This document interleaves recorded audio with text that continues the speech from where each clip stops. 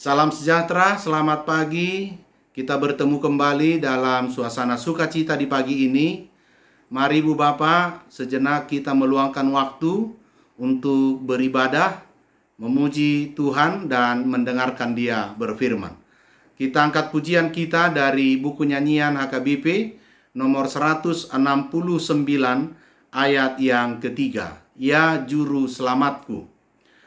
Tuntunlah hatiku dekat kepadamu,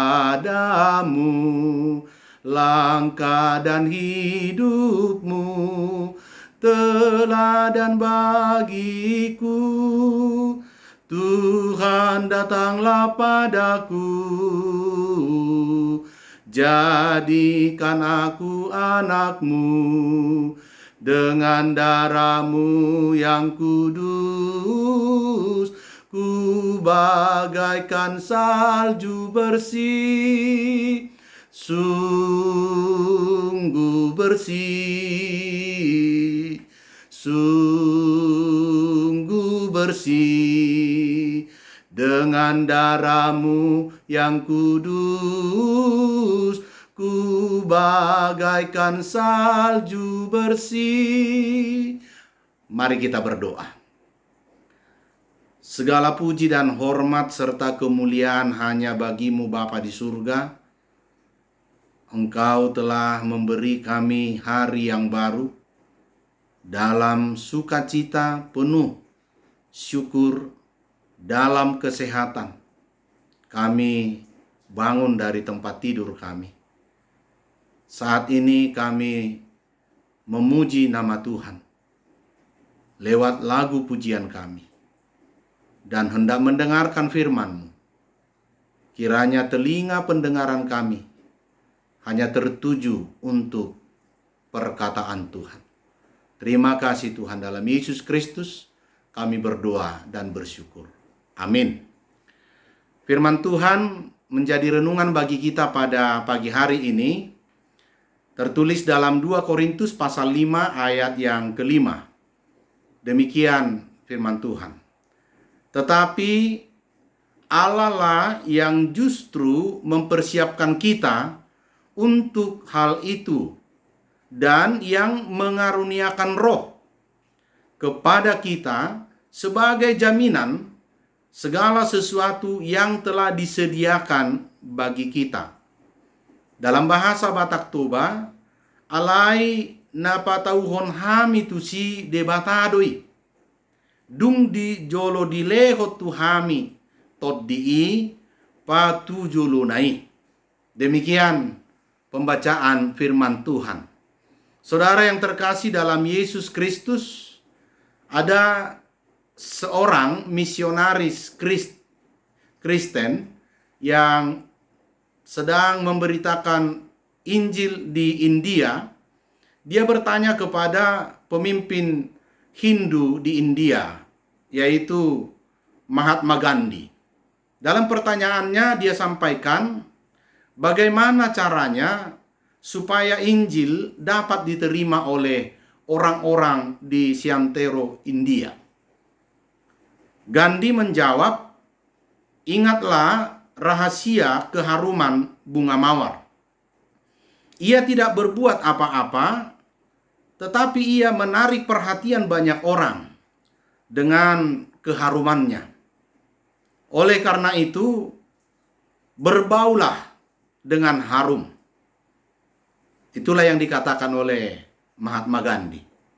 Saudaraku dalam Yesus Kristus, ini usulan yang sangat tepat sekali dari seseorang yang bukan Kristen, yang bukan pengikut Kristus. Akan tetapi, dia sungguh-sungguh mengerti bagaimana kehidupan sesungguhnya orang-orang Kristen. Dan dia juga memahami apa yang pernah Rasul Paulus katakan, supaya kita semua menjadi surat Kristus yang berbau harum. Sebagaimana dalam 2 Korintus pasal 3 ayat 2 sampai 3. Sehingga kita dapat berbau harum dan menarik perhatian banyak orang dengan perbuatan kasih yang nyata, perbuatan, tindakan yang dirasakan oleh banyak orang, juga dengan kesatuan antara perkataan dan perbuatan, di mana keselarasan kata-kata yang kita sampaikan, pengakuan kita dibuktikan dengan perilaku atau perbuatan kita setiap hari.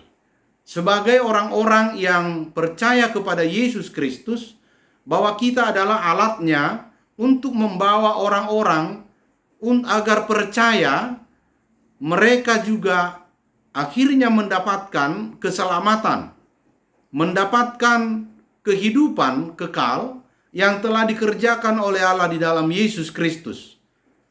Bagaimana pekerjaan itu kita lakukan? Ini menjadi pertanyaan yang sangat serius untuk kita gumuli, untuk kita renungkan. Bagaimana pekerjaan itu kita buktikan? Nas ini mengingatkan kita, pertama-tama Allah memberikan Roh Kudus-Nya menjadi jaminan akan janji keselamatan itu. Kita semua menerima Roh Kudus, Roh yang Tuhan curahkan. Walaupun sebagai peringatan pada minggu yang akan kita jalani ke depan, kita akan menerima curahan Roh Kudus lewat peringatan ibadah kita. Saudara-saudariku yang terkasih, kita bersama-sama melihat fakta, fenomena pada kesempatan ini, akhir-akhir ini, kesetiaan terhadap isi Injil dan pelayanan pemberitaan Injil sangat mengalami banyak perlawanan dan tantangan. Ini harus kita akui bersama dalam kesempatan ini. Dapat berupa tantangan, ancaman jasmani.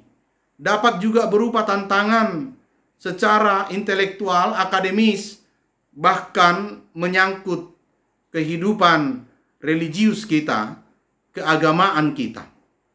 Tetapi harus kita ingat bahwa ada hal yang luar biasa yang Tuhan Yesus nyatakan, bahwa Dia menyertai kita sepanjang masa, sepanjang waktu melalui Roh Kudus. Itu dibuktikan, itu diwujudkan bahwa Roh Tuhan selalu bersama-sama dengan kita. Sejarah misi penuh dengan karya-karya besar dan mujizat-mujizat penyertaan Yesus.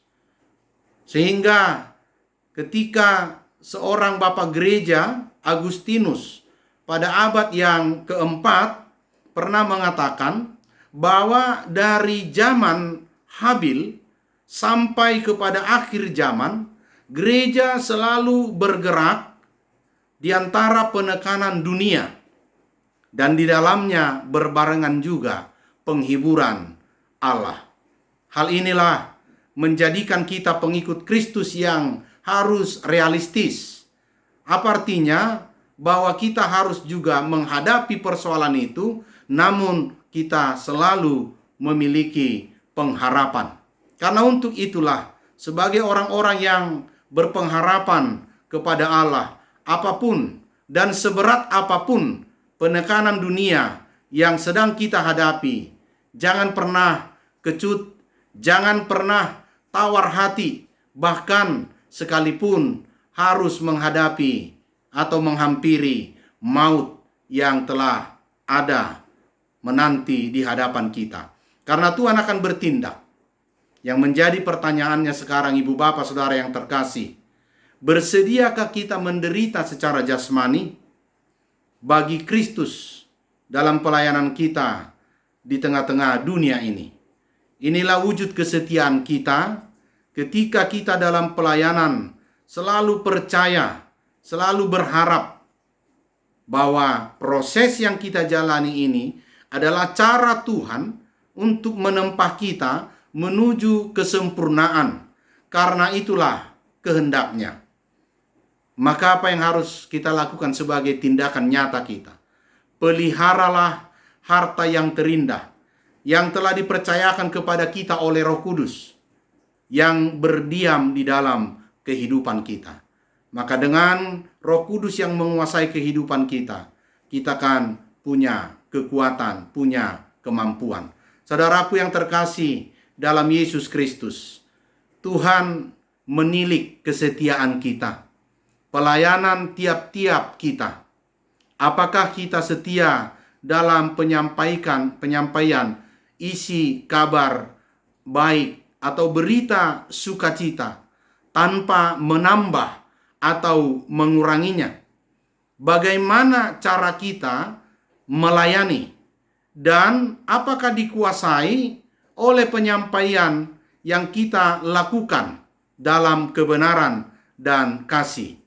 Apakah keserasian antara berita yang kita sampaikan dengan apa yang kita lakukan dalam kehidupan kita sehari-hari? Ada pertemuan, ada benang merah. Ada satu cerita ibu bapak saudara yang terkasih, ketika seorang misionaris mengabarkan Injil, sama halnya juga di India, ketika dia diantarkan oleh supirnya sampai atau tiba di satu tempat dalam pertemuan ibu-ibu, di sana ia menerangkan bagaimana prinsip rohani dari Alkitab. Dia sampaikan dengan panjang lebar. Namun tanpa disadari, tiba-tiba di tengah-tengah penjelasan misionaris tadi, seorang ibu keluar dari ruangan itu dan tidak lama kemudian ia kembali lagi dan bertanya. Sehingga misionaris bertanya, "Mengapa ibu tadi keluar?" Itulah yang ditanyakan misionaris. Ibu itu menjawab, "Saya keluar dan bertanya kepada supir ibu di luar. Saya sampaikan pertanyaan saya, apakah ibu ini atau misionaris ini sungguh-sungguh hidup sesuai dengan apa yang dijelaskannya tadi? Atau ibu ini mungkin hanya pintar berbicara saja?" Bapak ibu saudara yang terkasih, supirnya menjawab dengan sebagaimana yang dia lihat, yang dia buktikan atau saksikan. Dia katakan, ibu ini sungguh-sungguh hidup sesuai dengan prinsip-prinsip rohani yang baru dia jelaskan. Sehingga ibu yang bertanya lagi pun menjadi percaya. Ibu bapak saudara yang terkasih, itulah yang harus kita wujud nyatakan dalam kehidupan kita. Maka Tuhan Yesus akan memberkati kita semua dan menumbuhkan bagi kita kerinduan yang mendalam untuk sungguh-sungguh setia dalam pelayanan pekerjaan Tuhan. Sehingga pada akhirnya tiap-tiap kita diterima oleh Allah. Dan kita pun dapat mengatakan, aku telah setia dalam pelayanan di dalam memelihara iman. Sehingga kita pun akan berkenan kepadanya. Amin, mari kita berdoa. Terpujilah Engkau Allah Bapa. Sungguh firman-Mu telah memberi kami semangat untuk ikut bersama-sama memberitakan Injil, kabar baik, berita sukacita di dalam kepastian penyertaan Tuhan. Sekalipun ada banyak tantangan di dunia ini, tapi kami tidak kecut, tidak tawar hati, karena Tuhan menyertai, karena Tuhan menguatkan kami. Terima kasih atas firman-Mu. Berkati kami Tuhan untuk hidup sebagaimana yang Tuhan mau. Jadikan kami saluran berkat bagi orang-orang di sekitar kami, karena Tuhan telah memberkati kehidupan kami. Hari ini juga boleh kami jalani atas kesediaan Tuhan membimbing dan memberkati kami. Biarlah segala sesuatu boleh terlaksana dan puji-pujian bagi nama Tuhan. Ampuni kami atas segala dosa kami Tuhan, agar kami layak menerima berkat-Mu. Dengarkan doa kami. Dalam Yesus Kristus kami berdoa dan bersyukur. Anugerah Tuhan kita Yesus Kristus dan kasih Allah Bapa serta persekutuan dengan Roh Kudus menyertai saudara sekalian. Amin. Salam sejahtera, selamat menunaikan tugas-tugas kita, dan tetap jaga kesehatan. Horas.